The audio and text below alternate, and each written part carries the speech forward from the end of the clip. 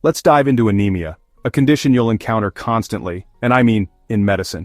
It's one of the most prevalent hematological issues you'll face, making a solid understanding absolutely crucial. So, buckle up as we unpack the fundamentals of anemia. Anemia isn't a single disease with a singular cause, but rather a state, a condition where the blood's ability to efficiently carry oxygen to the body's tissues is reduced. Think of it as a symptom of an underlying problem, a red flag signaling that something isn't quite right within the body's oxygen transport system. This reduced oxygen carrying capacity typically happens when there are too few red blood cells circulating in the bloodstream, or when the red blood cells themselves don't contain enough hemoglobin, the vital protein responsible for binding and transporting oxygen. Think of red blood cells as specialized delivery trucks, each one meticulously designed for the crucial task of ferrying oxygen from the lungs to every corner of the body. They are the workhorses of the circulatory system. So, in the context of our delivery truck analogy, anemia means either there are not enough trucks available to handle the oxygen delivery demands, or the trucks themselves are not loaded with enough cargo oxygen in this case. The inevitable result? Tissues and organs throughout the body don't receive the adequate supply of oxygen they critically need to function properly, leading to a range of signs and symptoms, often including fatigue, weakness, and shortness of breath. We diagnose anemia, confirming its presence and severity, using a standard laboratory test called a complete blood count, or CBC for short. It's a fundamental tool in assessing a patient's overall blood health. The key numbers to pay close attention to are, first, the red blood cell count, which directly reflects the number of red blood cells present in a given volume of blood. Second, the hemoglobin concentration, which quantifies the amount of hemoglobin packed inside those red blood cells. And third, hematocrit, a measure of the proportion of blood volume occupied by red blood cells. Hemoglobin, as we've mentioned, is the iron-rich protein residing within red blood cells that binds to oxygen molecules with remarkable affinity. So, if hemoglobin levels are low, the blood's capacity to effectively transport oxygen throughout the body inevitably suffers. Hematocrit, on the other hand, provides a direct measurement of the percentage of your blood that is actually composed of red blood cells. Therefore, a low hematocrit value serves as further confirmation of anemia, indicating a reduced volume of red blood cells relative to the total blood volume. These three values, RBC count, hemoglobin concentration, and hematocrit, are the cornerstone of anemia diagnosis, providing a clear and objective assessment of the blood's oxygen-carrying capacity. In essence, anemia is simply a reduction in the blood's oxygen-carrying capacity, a condition objectively confirmed through the interpretation of these key laboratory test results. But remember, simply labeling someone as anemic is just the initial step in a more comprehensive diagnostic process. It's a valuable clue pointing us in the right direction, but it's definitely not the final answer to the clinical puzzle. Our real and most important job as clinicians is to meticulously investigate and determine the underlying cause of the patient's anemia. What's driving this reduction in oxygen-carrying capacity? Only by identifying the root cause can we develop and implement the most appropriate and effective treatment strategy for that individual patient. Mastering these fundamental concepts and diagnostic approaches is your crucial first step in confidently tackling this incredibly common clinical problem, anemia. Once anemia is confirmed through initial blood tests and patient evaluation, the next crucial step is classification. This involves categorizing the anemia based on specific characteristics and underlying mechanisms. This isn't just an academic exercise or a matter of semantics, it directly guides our search for the underlying cause of the anemia. Understanding the type of anemia is paramount to effective diagnosis and treatment. We primarily rely on two main classification systems, morphological and etiological. These two approaches offer complementary perspectives on anemia, allowing for a more comprehensive understanding of the condition.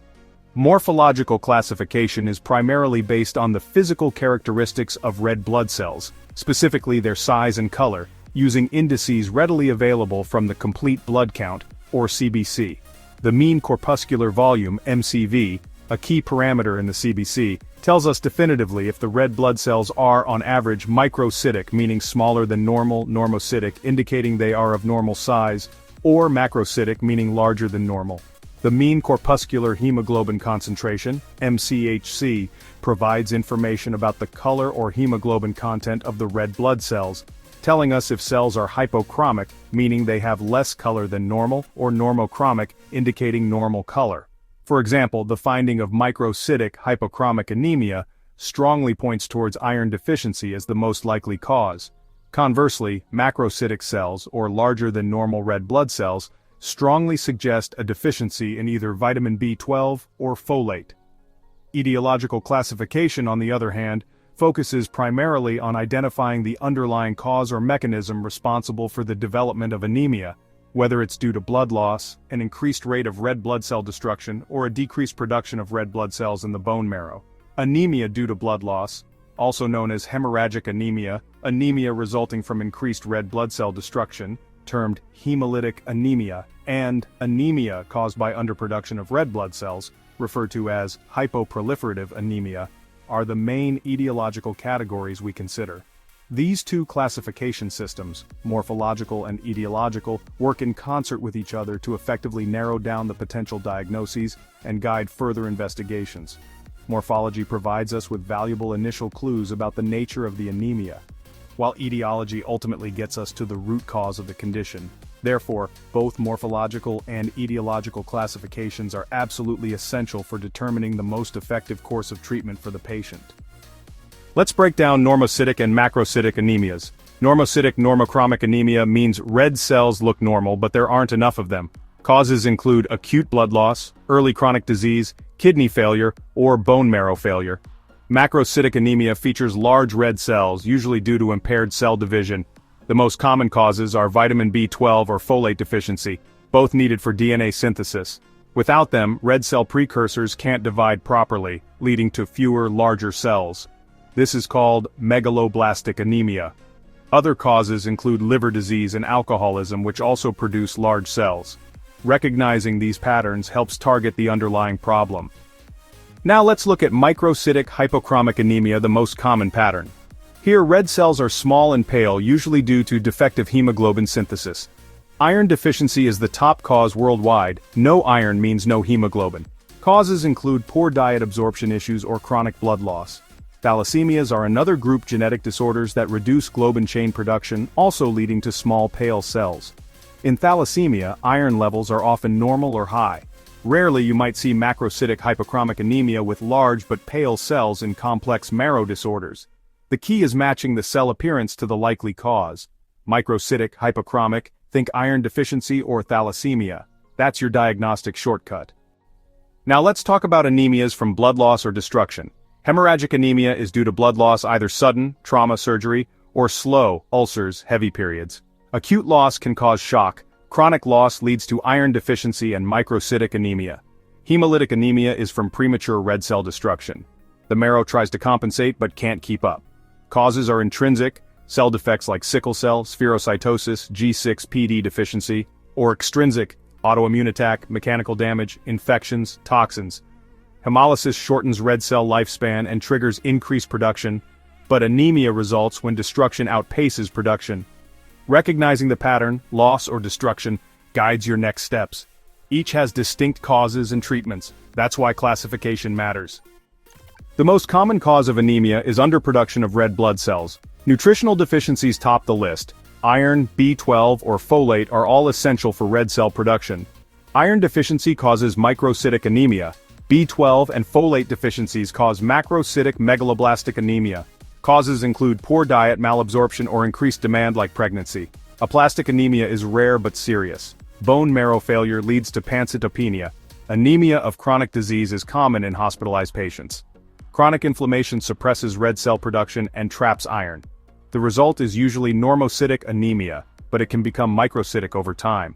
Identifying the specific deficiency or underlying disease is key to treatment. Always look for the root cause. That's how you help your patient. What does anemia look like in real life? What are the telltale signs and symptoms that might suggest a patient is suffering from this condition? It's crucial to understand these manifestations to ensure timely diagnosis and appropriate management. The main issue in anemia is low oxygen delivery to tissues throughout the body. This deficiency triggers a cascade of compensatory mechanisms and clinical signs. Pallor, or unusual paleness, is a classic and often readily apparent sign. This is due to the reduced concentration of hemoglobin in the blood. To assess pallor, look at the conjunctiva, the inner lining of the eyelids, and the nail beds. These areas are normally pink or red, but in anemia, they appear pale or even white. Also examine the mucous membranes such as those inside the mouth. A healthy mucous membrane should be pink and moist. The heart, in an attempt to compensate for the reduced oxygen, beats faster and harder to circulate blood more efficiently. This increased cardiac activity leads to tachycardia, an elevated heart rate and palpitations, where the patient becomes aware of their heart beating rapidly or irregularly. Over time, this sustained strain on the heart can cause or exacerbate heart failure, particularly in vulnerable patients with pre-existing cardiac conditions. The lungs also attempt to compensate for the oxygen deficit. To increase oxygen intake, patients breathe faster and deeper, a condition known as hyperventilation. This leads to shortness of breath or dyspnea, as the body struggles to meet its oxygen demands. Initially, shortness of breath occurs only with exertion, but as the anemia worsens, it can occur even at rest. Fatigue, a persistent feeling of tiredness and lack of energy, and exercise intolerance are common and debilitating symptoms. These symptoms arise because muscles don't receive enough oxygen to function efficiently, leading to weakness and reduced physical capacity. The digestive system can also be involved, leading to some unusual cravings and oral changes. One such manifestation is pica, characterized by unusual cravings for non-food items like ice, dirt, or clay. Glossitis, a sore or inflamed tongue, is another sign, often indicating iron or vitamin B12 deficiency, common causes of anemia. Angular cheilitis, inflammation at the corners of the mouth characterized by cracks and fissures at the mouth corners, can also appear as a result of nutritional deficiencies associated with anemia. These diverse symptoms collectively reflect the body's desperate struggle to adapt to the chronic state of low oxygen availability. Recognizing these signs and symptoms is crucial, as it allows you to spot anemia early, enabling prompt intervention and preventing further complications. Always connect the observed symptoms to the underlying physiological mechanisms. Understanding the why behind the what is how you arrive at an accurate diagnosis. Anemia affects nearly every organ system. Fatigue and weakness are the most common complaints. Muscles can't work efficiently without oxygen. The body may slow its metabolism to conserve energy. Kidneys are both a cause and a victim. Chronic kidney disease leads to anemia, and severe anemia can harm the kidneys. The body retains salt and water to maintain blood volume, sometimes causing swelling. In women, anemia can cause or result from heavy periods and can disrupt menstrual cycles. Pregnancy increases the risk of nutritional anemias, affecting both mother and baby. Neuromuscular symptoms include headaches, dizziness, and even fainting from poor brain oxygenation. B12 deficiency can cause nerve damage, tingling, numbness, balance problems, and memory issues. Recognizing these systemic effects is crucial for comprehensive care. Always think beyond the blood test. Anemia is a whole body problem. That's anemia in a nutshell. We started with the basics, what it is and how to diagnose it. Classification by cell size and cause helps us zero in on the problem. Morphology gives us clues, etiology reveals the root. Treatment depends entirely on the underlying cause. Iron for deficiency, not for thalassemia. Transfusion for acute loss, not for mild B12 deficiency. The signs and symptoms all trace back to low oxygen delivery. Spotting them early is key. Keep asking why and you'll always find the answer. Thanks for watching. Keep learning with Joen Academy.